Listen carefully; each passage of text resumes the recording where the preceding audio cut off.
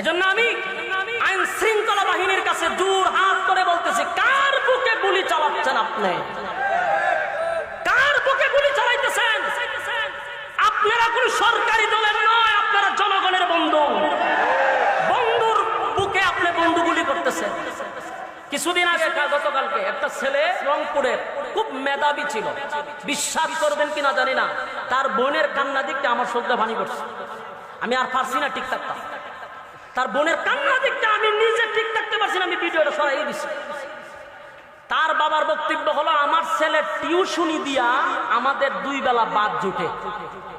এই ছেলের, যে ছেলেটা মারা গেছে, তার টিউশনি দিয়া আমরা ভাত খাই। আমার ছেলের খরচ আমি দিতাম না, কারণ আমার ছেলে মেধাবী ছিল, 5-এ বৃত্তি পাইছে, 8-এ বৃত্তি পাইছে, এরপরে এসএসসিতে বৃত্তি পাইছে, ভালো ছাত্র। সে যখন কিছু টিউশনি করে নিজের পড়ালেখার খরচ চালাইতো, মা বাপরেও দিত। সেই ছেলেটাকে প্রকাশ্যে পুলিশের গুলি করে ছেলেটার মেরে ফেলেছে। এই লজ্জা কোথায় রাখবেন? এই লজ্জা কোথায় রাখবেন বলেন? যে মারছে তার মুখে দাড়ি, যে গুলি করে মারছে তার মুখে কি?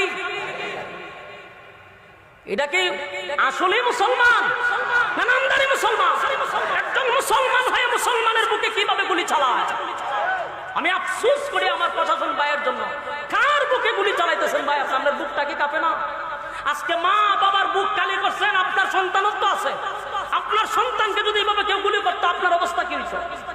তার লাশের গাড়ি যখন বাড়িতে যাচ্ছে, তার বাবা ছোট মানুষের মতো কান্না শুরু করছে। এই লজ্জা কোথায় রাখবেন? একটা দুইটা না তো, অনেক মানুষ মারা গেছে, রক্ত ঝরতেছে রাজপথে।